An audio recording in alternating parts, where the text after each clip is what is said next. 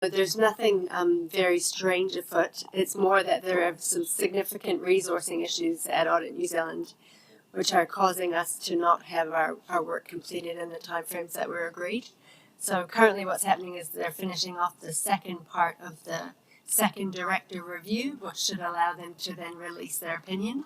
So there's nothing they're expecting that's unusual to what should be we're expecting to be delivered in terms of the opinion. It's just clearly a resourcing issue in terms of time.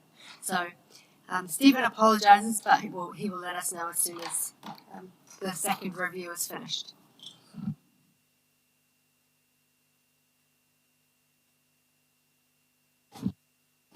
Can I just ask a question, Mr. Mayor?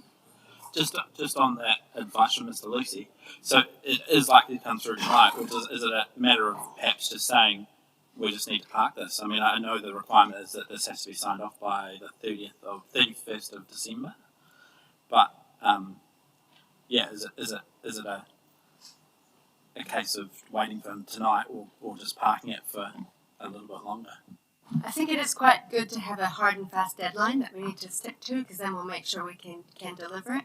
But it may be half an hour more in terms of when it's delivered.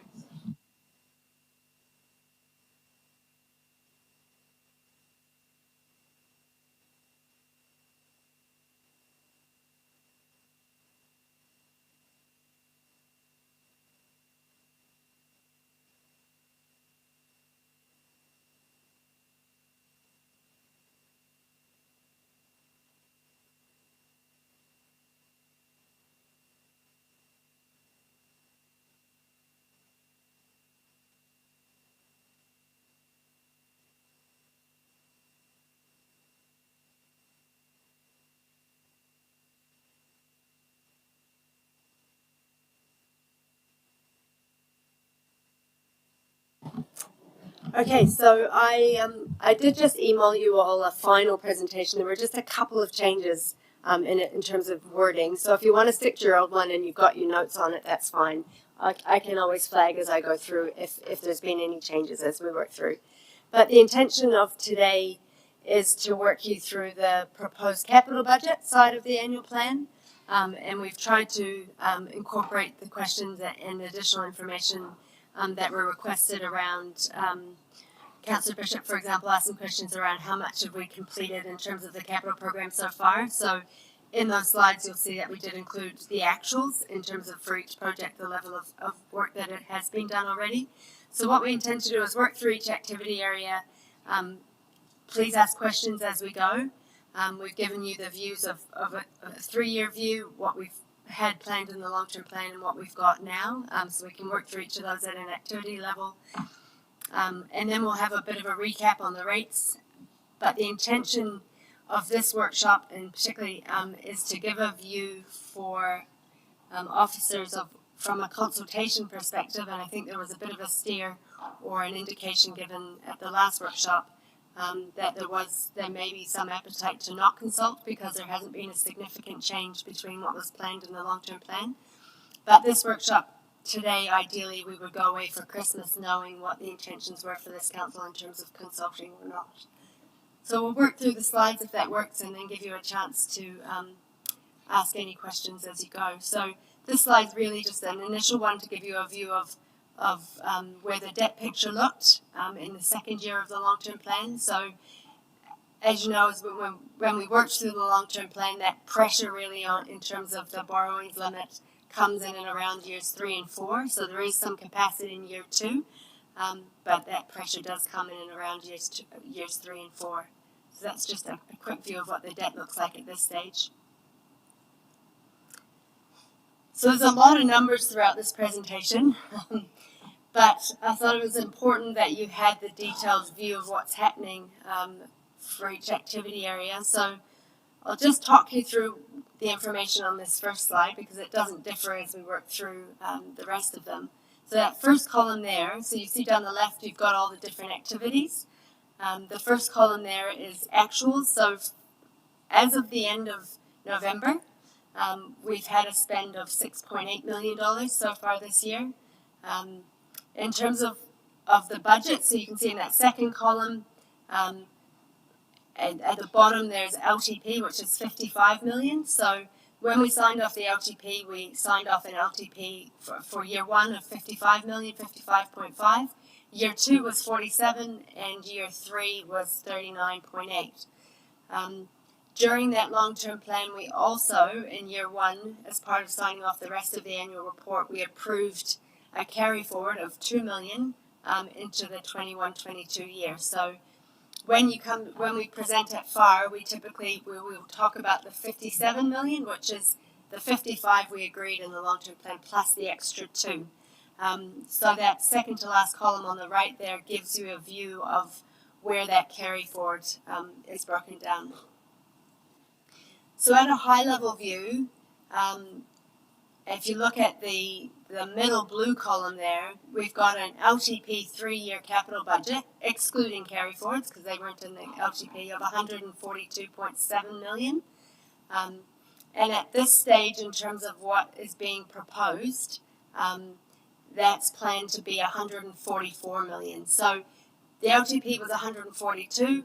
We had carry forwards of 2 million, which is roughly 144 million, and we're planning at this stage to spend approximately the same level of capital as we did in the long-term plan, but there is some timing change proposed, and that some of those have been talked about through the project steering committee. For example, Brent talked about some of the items in regards to Taraika, for example, and the timing proposed to be changing between year 1, 2, and 3. So as we work through this presentation, we'll talk about those individual items as we work through each different activity area. But that's just to give you a bit of a view of what it looks like overall. And just one last bit. So if you go and you look at those bottom 2 blue lines, effectively we're saying we're going to spend 47.7 in year 1, 50 million in year 2, and that's an increase from what we planned in the long-term plan. And then some more in year 3 from what we planned in the long-term plan, but less in this current year. So that's to give you an overall sense. Does anyone have any questions at this stage? Okay.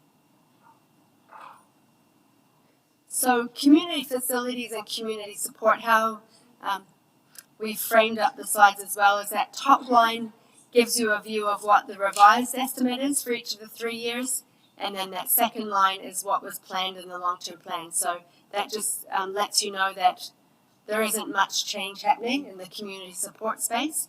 If you move into the next slide, that's the program at a detailed project level. Just thought it was important at this stage to flag in terms of the Foxton pool redevelopment.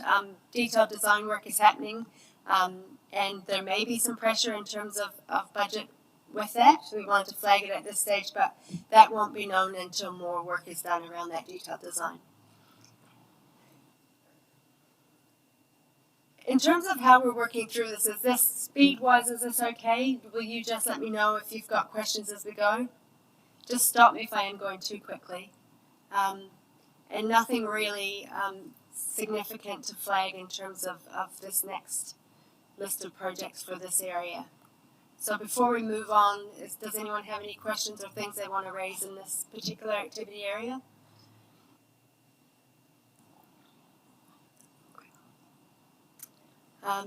In the planning and regulatory customer and strategy space as well, there isn't anything that's planned to change in this area for now. So if we move into the next slide, that just gives you a view of both from a forecast for this year and the next 2 years of the plan, what's being proposed. So there isn't a significant amount of spending in this space. And I've called this the corporate area because it includes IT and anything else in that area. There's a little bit of change in this area, so that we're expecting to spend a little bit less in the first year and a little bit more in the second year. And that 45 really relates to the fact that we approved a carry forward of just over 55 million. 55,000. Pardon me. Whoops. Yeah. Into the 21-22 year, and that relates to authority development. So that was our main core system, the upgrade of that's been delayed a little bit. So if we move into the detail there, you can see on the third line down, the authority development has just been postponed a little bit. And that was in line with what was approved as part of the carry forward process. So then we'll move to the next one there. So we approved a carry forward of 55. We're actually planning to spend a little bit less than that overall over that 3-year period.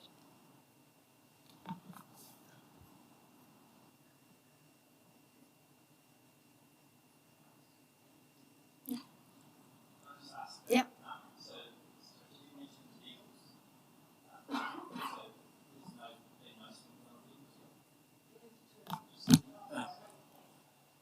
Is that, yeah, so there's obviously 630k over the 3 years, but there's a big investment obviously in this financial year. Is that just due to timing in terms of the fleet program, or? I understand it is. I know they're doing detailed work around the fleet at the moment in terms of what particular vehicles need to be replaced when. David may wish to make a comment there. Sorry, the process that we're working through at the moment is how we might do this in terms of fleet management per se. So we actually haven't done anything to date in terms of vehicle purchases. The intent is to actually get on top of the program that we've had in the past, but we're just looking at the delivery mechanism at the moment, and there may be a change. We've obviously got some arrangements in place in terms of all of government purchasing, and we've got some benefits associated with that. But we're also looking at how we might actually have that fleet management delivered. And it's not just about the vehicles, it's about the servicing, it's about the registration, it's about the warrant of fitnesses and all that sort of thing. So we're just going through a process with the parts and property team at the moment.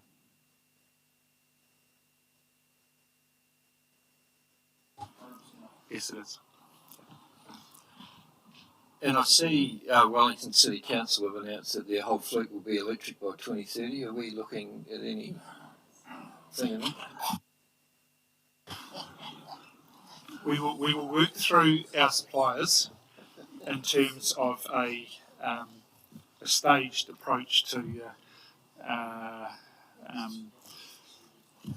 EVs and hybrids and things like that. Look, one of the challenges that we do have is just in terms of access to the vehicles, the charging, and all that sort of thing as well. So we will work through an appropriate process within council, within the organisation. Can I also be a pain and go back to I was just processing the community facilities and community support, just about the Foxton pool. Because the one thing that just struck me with that is that obviously I know that part of the delay around it has been that we were talking to other parties around whether we could secure additional funding sources to supplement the council budgets. But I understand we've obviously also done some consultancy, some design work already, but there's no spend against that yet at all. But I would imagine that we would have had some consultant spend.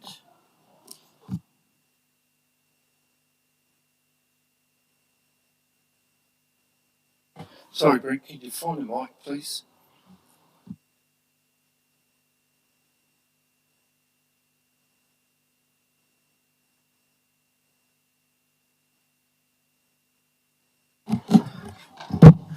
So we've got a architect that's currently working through the design. So we've contracted them to deliver that.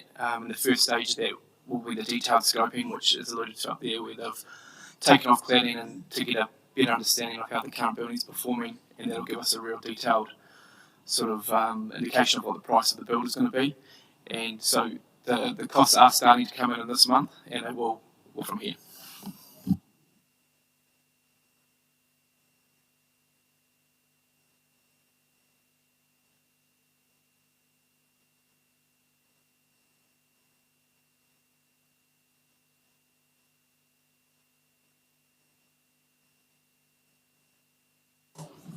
So this project is came through the long-term plan around grouping up the town centre strategy activation project. So at this stage, there's no change planned in terms of what budget requirements there are in that space.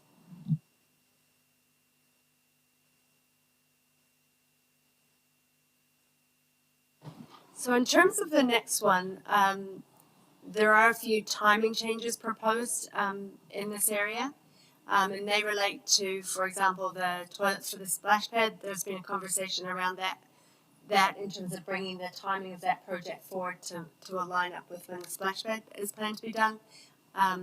In terms of the Foxton River Loop toilets, there are some toilets planned or currently being worked on to complete that project.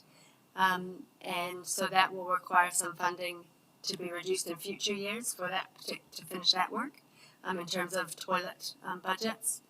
And as well in terms of the Foxton Beach Reserves, indications are at this stage in terms of the funding that we put forward in the long-term plan that the timing of that may look to change between the 2 years.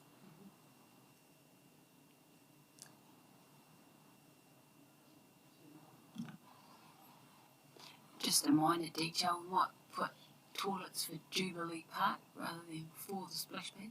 There's already toilets there and it's just an upgrade, so I wouldn't like to think people, were spending more on toilets than the splash pad. Can I also just go back one slide to the that Live in Town Centre strategy activation? Do we think we're going to spend any money this year, or is that likely to be a carry forward?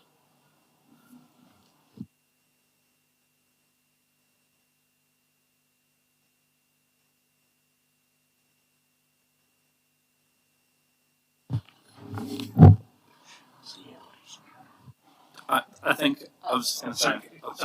Fair question, and we haven't got the answer at the moment. If I can come back to you with an answer on that. Look, there are some possibilities, but nothing confirmed just at this stage. I was only going to say. Yeah, there's still a conversation to come back to.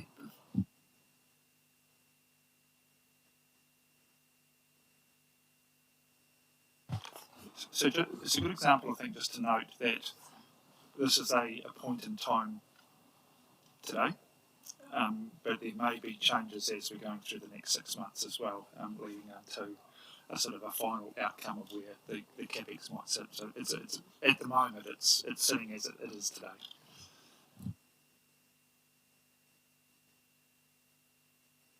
This is something we can look to regularly update through the FIRE process as well, maybe on a quarterly basis or something in terms of what the 3-year rolling program looks like. I know that we had the conversation around picking particular projects through the FIRE process and then wanting to have a more detailed conversation through the project steering committee. So this is a start of trying to give some more information to then hopefully inform areas where you want to talk about things in a bit more detail. So probably move on to the next one. So that's just summarising it, going through the detail in terms of those toilets. In the property space, the extra in year one, there was a carry forward approved for the Foxton Beach Surf Club, so that's in there.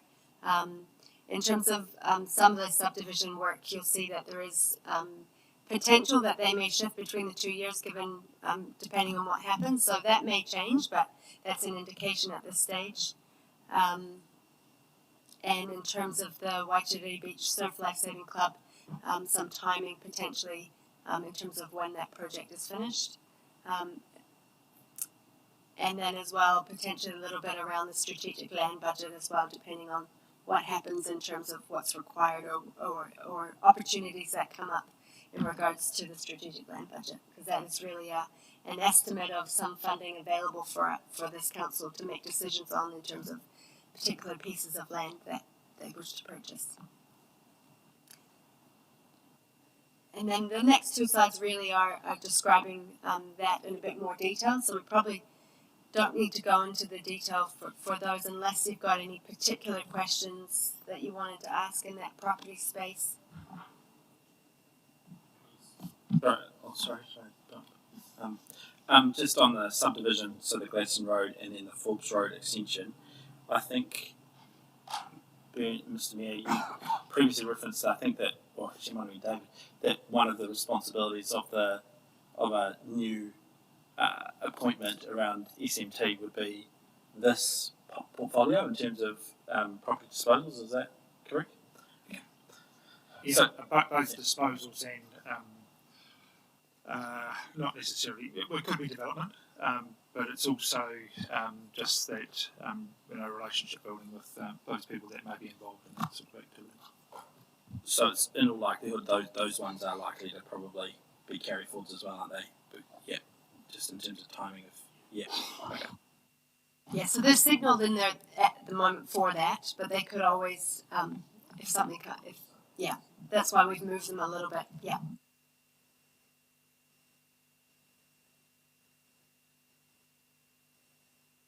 So in the roading space, these are ones where Brent would have talked you through this through the project steering committee in terms of some of the timing changing for the Tarahika project, and as well around the Gladstone Road project, some proposed timing changes around completing that project. Other changes, if we move to the next slide, James has detailed these here in terms of the specific projects and where things are changing. Some of that really, when we set the long-term plan, there was some late changes with Waka Kotahi in terms of their funding and the level of funding that they would approve. So we built in some assumptions for the long-term plan. Subsequent to setting that, there were then some changes where some additional funding came in, which meant that we could spend a little bit more. In the cycle facility space, it was the other way around, and that we could then spend a little bit less because some of the funding changed. So the other changes that are mentioned are really for those Waka Kotahi funding changes that are expected. If we move on to the next slide, just flagging in terms of Gladstone Road that there will likely be some updated estimates to be provided once costs are more sure in that space, given recent events.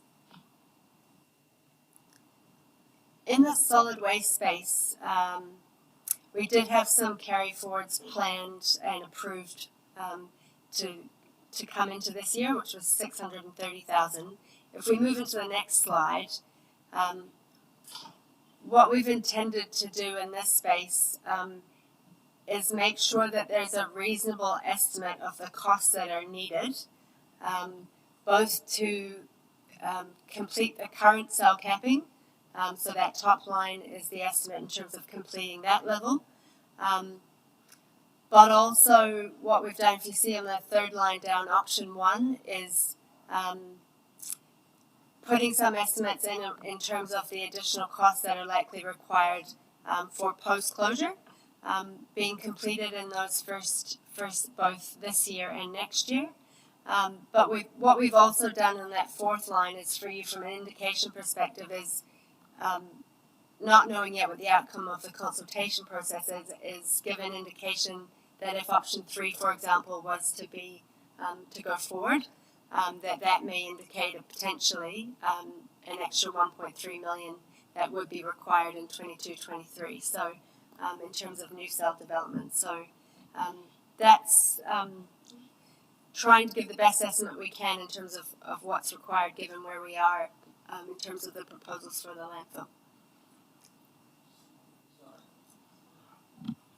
What was the 864 or something we approved for the cabinet projects?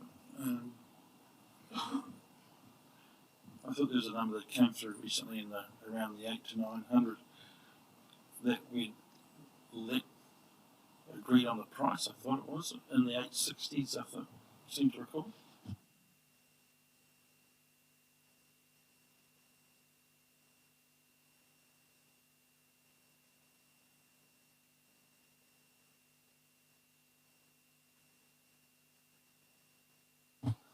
We'll come back to you and just find out what it is.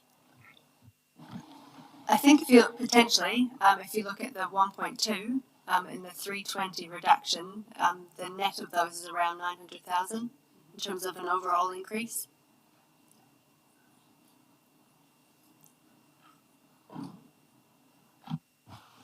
Sorry, I just thought that number wasn't an increase. It was being shifted from the cell creation to the cell capping.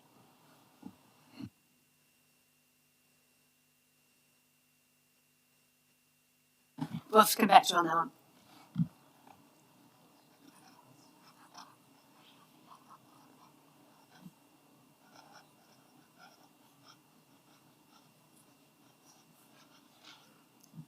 Does anyone else have any questions on the solid waste space before we move forward?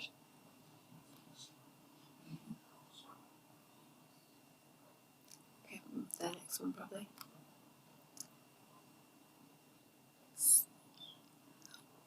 Next one. Oh no, 2 forward, sorry. Yeah. So in the stormwater space, in terms of the overall, we did have a carry forward approved in that area for 780,000, so that's in there in terms of spending for this year. We are planning for the Tarahika project to spend more in the stormwater space this year.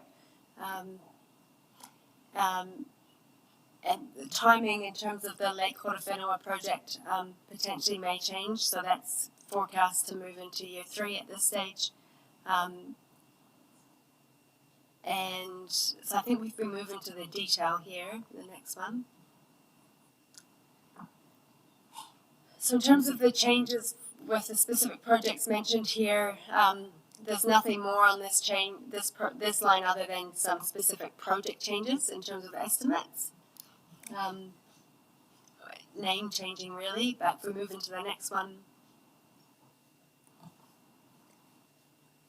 So for the Foxton East Drainage Scheme, we're forecast to spend $1 million over 2 years. In the LTP, we approved 500,000, but we also approved 543 as a carry forward. So that doesn't change in terms of the total that we have approved. It just that initially there was only 500 in the LTP, and then we added on another 500 through the carry forward process.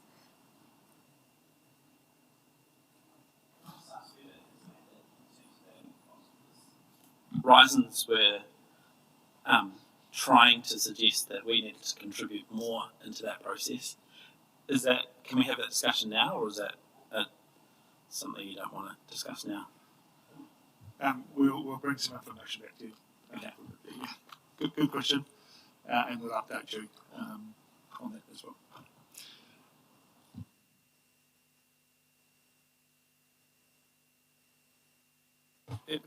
Project Steering Group is the right place to actually bring back.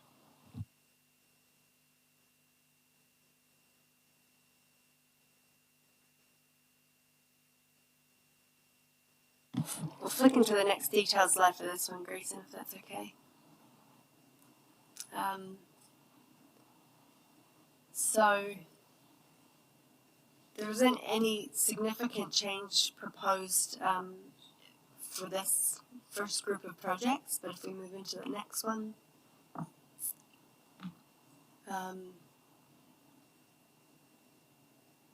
so in terms of the Tokomaru one, that's really looking at bringing some of the funding that would have been in future years forward for that particular project.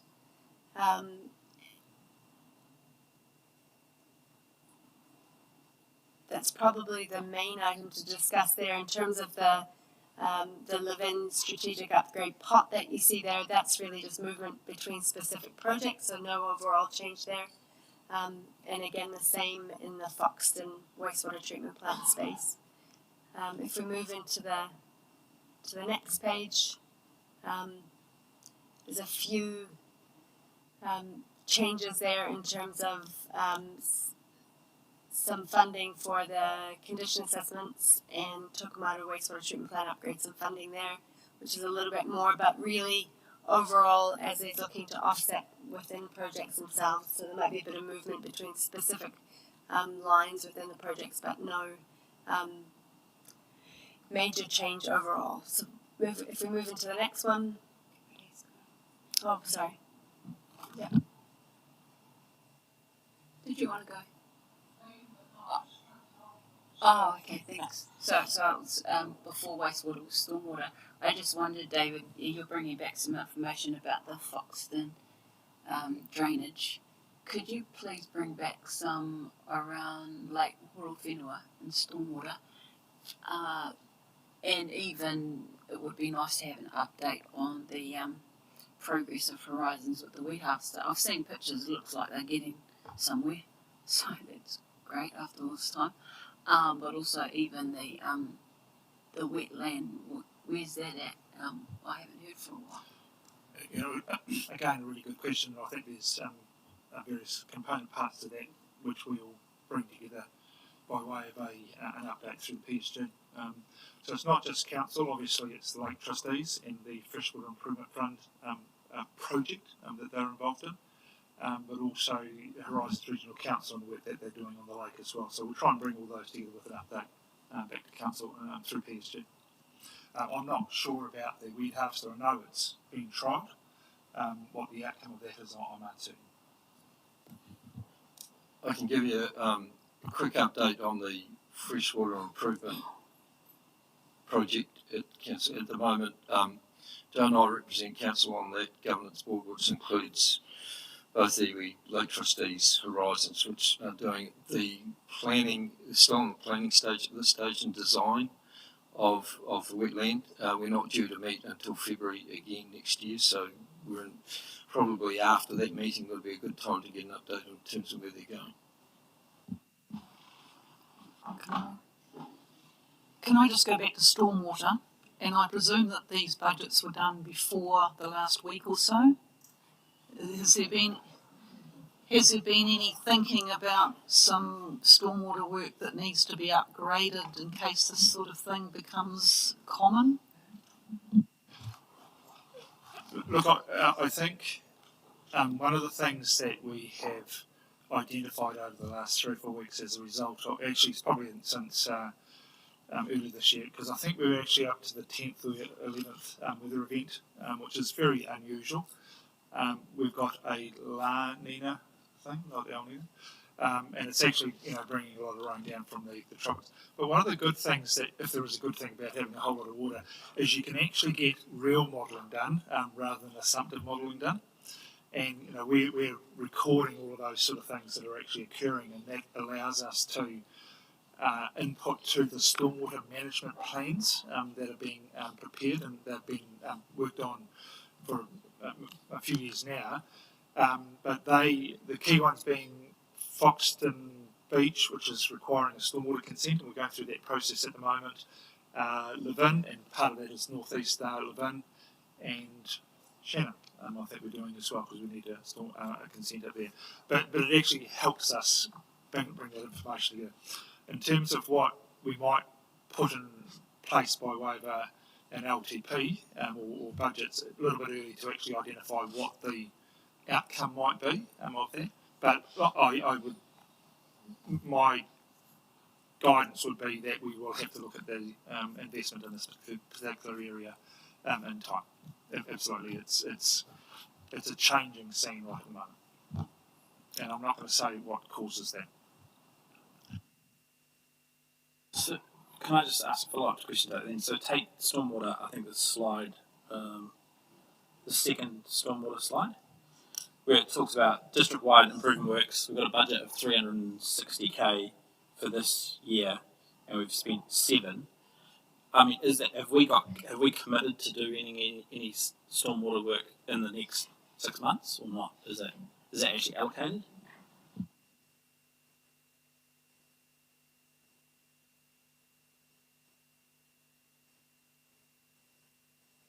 We can come back with a specific project in terms of what's allocated. Maybe through the project steering stormwater could be a topic that's discussed in terms of what's planned. Is that? Yeah, probably be quite good to have a as you bring this back. Maybe if we had a column that had a dollar amount that's committed or not, because that would be useful. Can I just also ask just on the wastewater?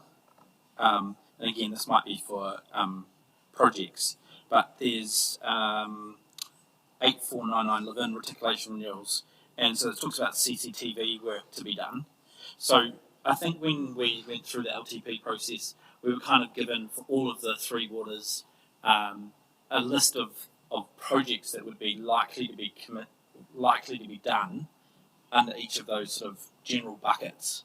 And so is that CCTV work being done on those specific projects, or is that CCTV work that's been done on the the network to see how that should be allocated. Network. Okay. Okay.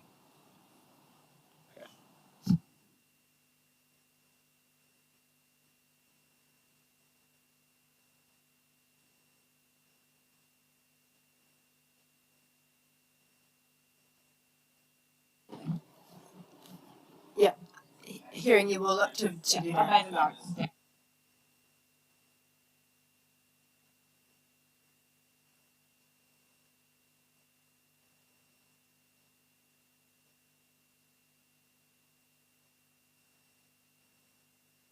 Is there anything else in the wastewater space that anyone wanted to ask or inquire about for further information later? I'm aware there's a heck of a lot of information in the slides. But this is, I guess, it's the starting of a process where it's good in the sense of you're picking particular items that you want to delve into in more detail. If we don't cover all the level of information today, we can start to chunk it up and work through it over the next months after Christmas. But today, it isn't so much to get you comfortable with it all today in terms of the level of detail, but to get you comfortable with the level of capital that we're proposing at this stage. From a doesn't need consultation perspective.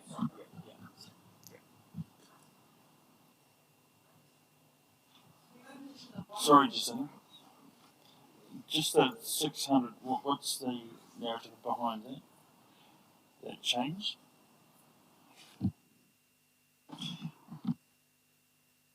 So for the water space, to be brutally honest, I needed to head to my daughter's leaving dinner last night, so I didn't finish the summary of the key changes for the water area below it. But I can absolutely attach it to the bottom of the slide, but I can't tell you at a project level which bits are driven where. But I'll absolutely send it through.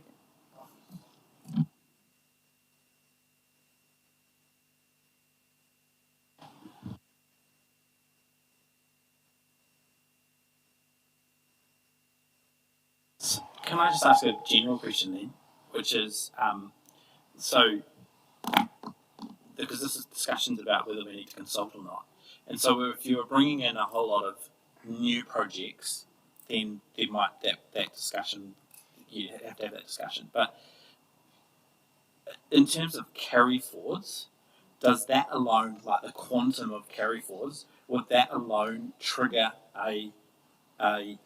an argument that you should consult or not? Does it not matter? I think from a 3-year long-term plan perspective, I mean, you are renewing a long-term plan on a 3-yearly basis, and we very much try to talk about it in terms of what does that overall 3-year program look like, because it does need to change. You're never going to spend exactly the right amount in the given 3 years. So as long as there's a reasonable amount within the given blocks of time over a 10 or 20 year period, then I think it would be deemed reasonable that from a consultation perspective that was okay. If it started to move into 6 years time, that might be a different conversation, but if it's still within that first 3 year period, then it would be reasonable. And just what I would also say is we have consulted on that money, like it's been out there, it's just that it's a change in terms of when it's going to, sequencing of when it's going to happen. Yeah. So unless you had any further questions specifically relating to the budgets that we've just gone through, we'll jump into the next part. So this is just a really quick recap in terms of what we've been through in the process currently and where we are at today, which is the workshop on capital budgets. Ideally, we'll walk away with some direction so that we as officers can actually build a program from here, and it will depend on your direction around whether we're consulting or not, but ultimately we're heading towards adopting an annual plan on the 30th of June next year. So we'll flip into the next slide. This was just a reminder really in terms of what we went over last week and where we were landing for the proposed rates increase. Wanted to put it up in front of you unless you'd had any additional thoughts. So I guess just to highlight in terms of this one, we went out for the long-term plan in the green area. You can see we went out with 7.35 as an after growth rates increase, a total rates increase of 8.99 in terms of dollars. but what the average household would experience would be 7.35. At this stage, it's planned to be 7.72 in terms of indications that we have. We'll do everything that we can to look at areas where we could bring that down. But at this stage, we've tried to give you all the options that we have on hand to bring it to a level where it's within 0.4% of what was planned in the long-term plan. What we're looking for today is an indication of if it was at that level, would that be a reasonable level for you in terms of going forward without a consultation? So can I just add, just noting that, if you can go back to the previous slide. So the annual plan doesn't get adopted until the 30th of June or thereabouts. We may actually adopt it a little bit earlier. So there's still some time to actually internally make the changes, and there'll be some areas, and we might have a windfall with some 3 water stimulus money or something like that, I don't know. But it's what we're asking today is because the difference between where we've landed as far as the LTP and where we've landed now is not material, it's no sort of new business. The question is do we require to go out and consult on essentially an LTP that's very, very close to where we landed at the 30th of June this year.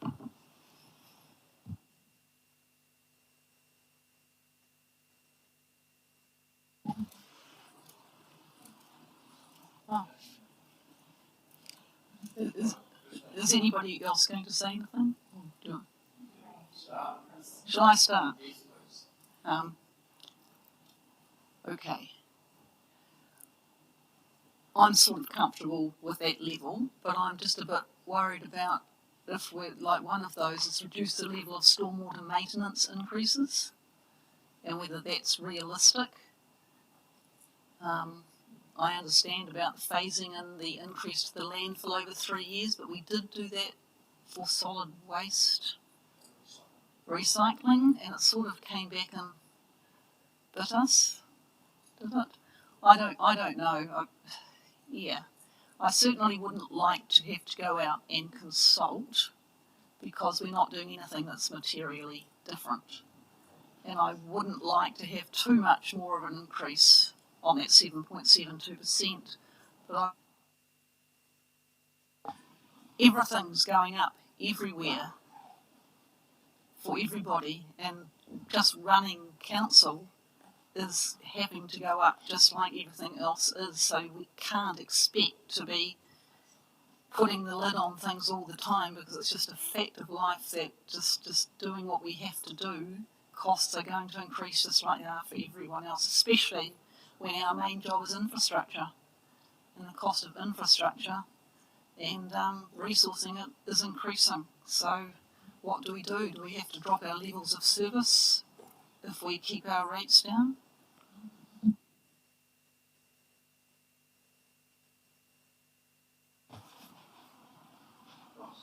Yeah, so I'm very comfortable not to go to consultation. We did it last time after the last LTP. It was the same thing. We had no material or significant change.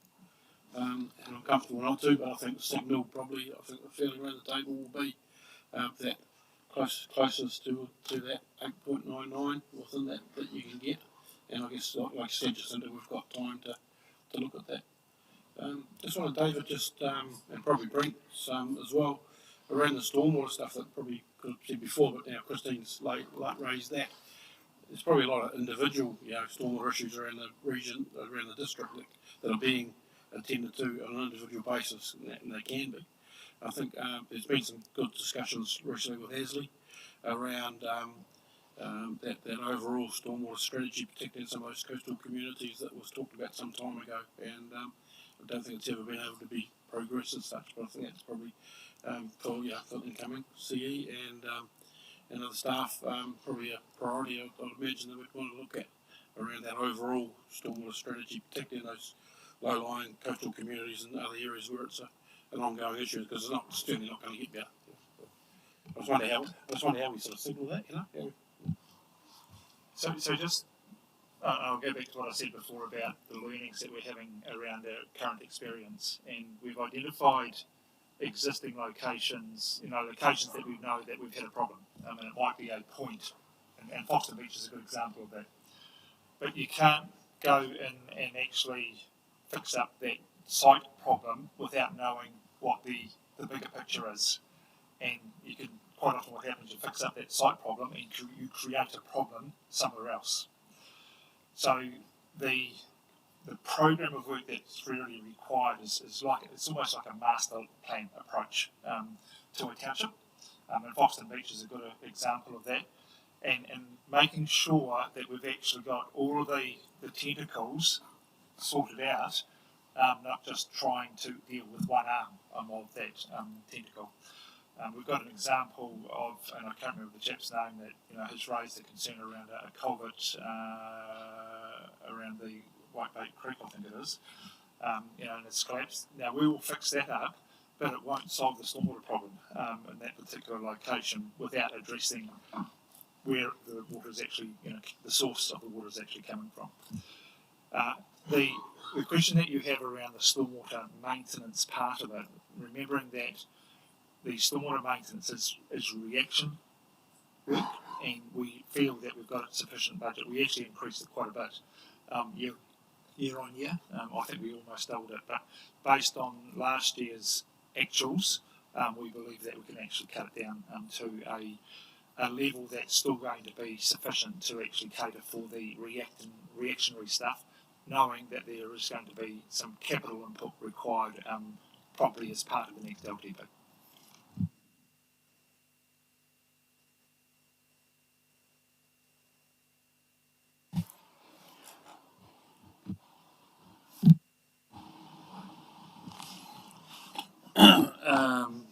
My view,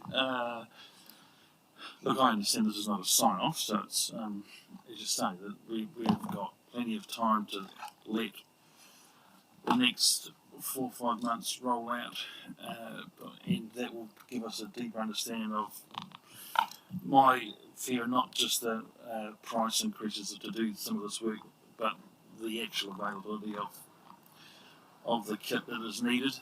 And I think across the whole construction sector, there's serious supply restraints, and I think we've got time to take stock of that, maybe towards the end of the summer, when we see how that really is affecting the stuff that we're doing. While I'm comfortable to go out and consult with it, as always, there's room to look at some of the numbers where they're close to zero. I think with a bit more arm wrestling, I think zero would be absolutely achievable. But who knows what? Because we need to build in there'll be more ups come along the way, aren't there? And I think we need to be having one eye on where we can get some downs to accommodate the inevitable ups. But I'm comfortable to consult with that. Yeah, I am.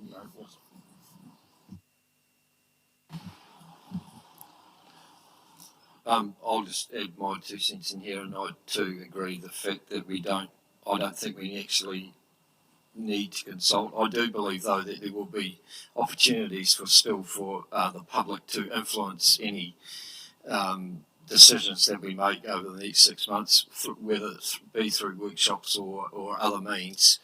I mean, we still are here to listen to the community, and I'm sure we will do that regardless. But the plan is there.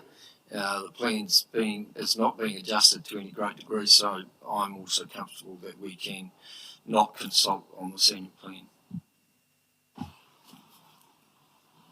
Councillor Top.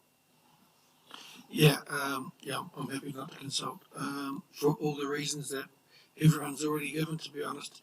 I'd also like to add that the pressure the organisation's been under, especially with COVID and everything that's gone on this year, is we've got to give them a chance to actually do some work. And so I think not consulting is, like you said, we've got a lot of time for we're so on the side. The community can talk to us if required, but we're not changing it major enough for me, so I'm very happy not to consult. Thank you.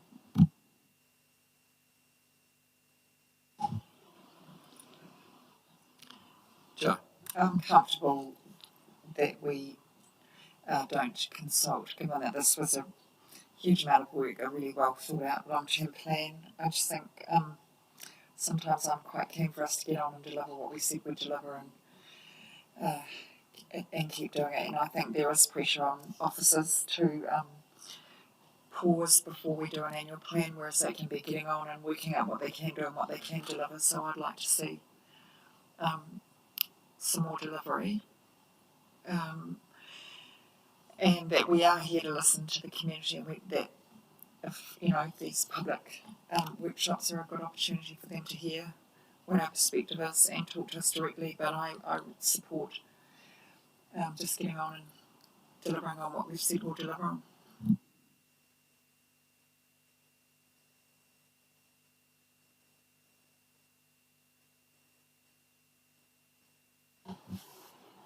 Yeah, I'm comfortable not to go out to consultation for the annual plan. Couple of reasons. Well, my advice to the public is, most of you don't ever want the rates to go up, and the likelihood of it going up further than what's on the board is higher if you do consult, because we end up with a further wish list, and so it's better not to at this stage. And as everyone's shared around supply shortages and things, I've got to say that the second year of COVID has been much harder than the first, and there are businesses around town closing, and I'm just mindful of that, and we just need to get on and do as much as we can with what we've planned. And you're certainly not losing your voice or risking anything by not being consulted this time around. We've got our eyes, ears and hearts on it, and you just have to trust us this year. Thanks. Yes, well. Oh, look, I agree with the previous speakers, just in terms of process. Is this a public workshop? Yes. It is good. That's something I just wanted to be clear in my mind. Yeah, and I'm absolutely happy that we not consult for the reasons given by the people.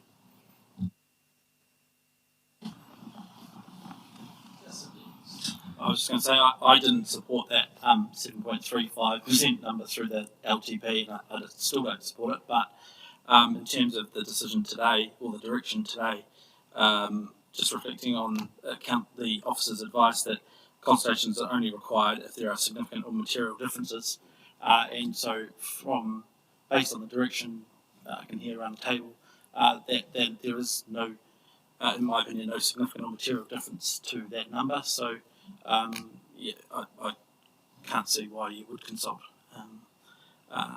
So that's where I sit. Do you want to add anything there, Robert?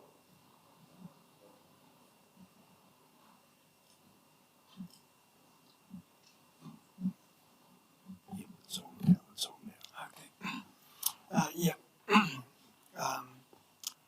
I'm just sort of agreeing with what everyone's been saying. I was, we looked at.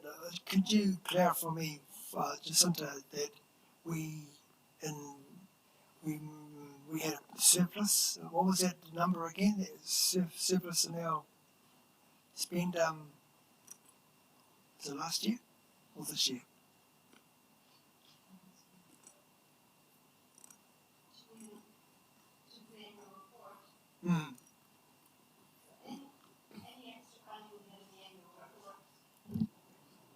Any extra funding we had in the annual report, we did have extra in terms of the capital budgets, extra funding coming in from the Provincial Growth Fund and things like that, and they went towards helping to fund the capital program. If there was any extra overall surplus, what that was used for was to repay borrowings. But within individual activity areas, those any increases or decreases in terms of spending within those activities is captured and held within each individual activity in terms of the reserve. So just to confirm that as well.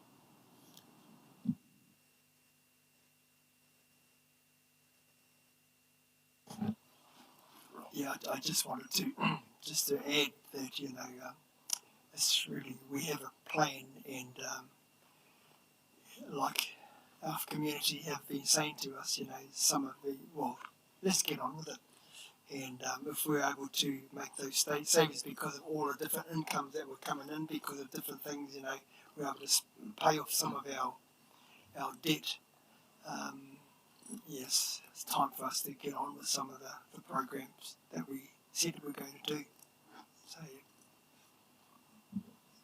Thanks.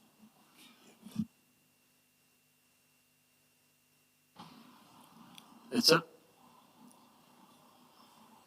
Thank you everyone for that endorsement. I'm sure officers will be relieved and will be able to, as people have said, get on and do the work and deliver now, comfortable in the knowledge that they don't have to do that. Okay, thank you, Jacinta, thank you, Tiffany. Sounds like there's a phone call being made right now, so hopefully we will be able to reconvene our meeting.